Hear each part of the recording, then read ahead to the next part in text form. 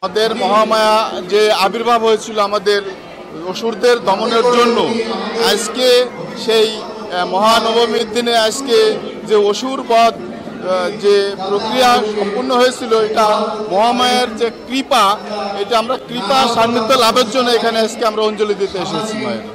মায়ের কাছে তো সবার মঙ্গল কামনা চেয়েছি, যাতে সবাই সুখে শান্তিতে আমরা একে অপরের সহবাস করতে পারি, এটা মায়ের কাছে আমাদের প্রার্থনা। এখানে আসছি আসলে মায়ের কাছে আমরা সারা বছর জন্য ভালো থাকি, আমাদের সন্তান ভালো থাকে এবং সুন্দরভাবে সারা বছরটি কাটাতে পারি। আর ভুল ত্রুটি যা আছে সেগুলো ক্ষমা চাওয়ার জন্যই মায়ের কাছে এসে মায়ের আমরা বিশেষ করেই থাকি যে সে মায়ের অঞ্জলি দিলাম, মায়ের পূজা অনুসরণ করতে পারলাম।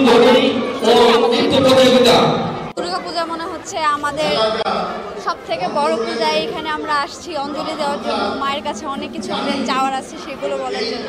এটাই মা দুর্গার কাছে কৃপা করছি যে মা তুমি সারা বাংলাদেশ হিন্দু বৌদ্ধ খ্রিস্টান সবাই আমরা মিলে চলি, যাতে কোনো দেশে হানাহানি না হয়, আমরা যেন সবাই মিলেমিশে ভালোভাবে বাস করতে পারি, এটাই আমার আশা আকাঙ্ক্ষা। অন্যান্য বারের তুলনায় সার্বিক পরিস্থিতি খুবই ভালো। আইন শৃঙ্খলার সার্বিক সহযোগিতায় আমরা কেন্দ্রীয় কালীবাড়ির পক্ষ থেকে সার্বিকভাবে পুজো উদযাপন করছি। আপাতত কোনো সমস্যা দেখছি না। সুন্দর এবং সুষ্ঠুভাবে এবারে শারদীয় উৎসব আয়োজন সম্পূর্ণ চলছে। আশা করছি এটা শান্তিপূর্ণভাবেই শেষ হবে। আজ গোপালগঞ্জ কেন্দ্রীয় সার্বজনীন কালীবাড়িতে মায়ের মহানবমী বিহিত পূজা সমাপনান্তে আমাদের পুষ্পাঞ্জলি এইমাত্র সমাপ্ত হলো। আমরা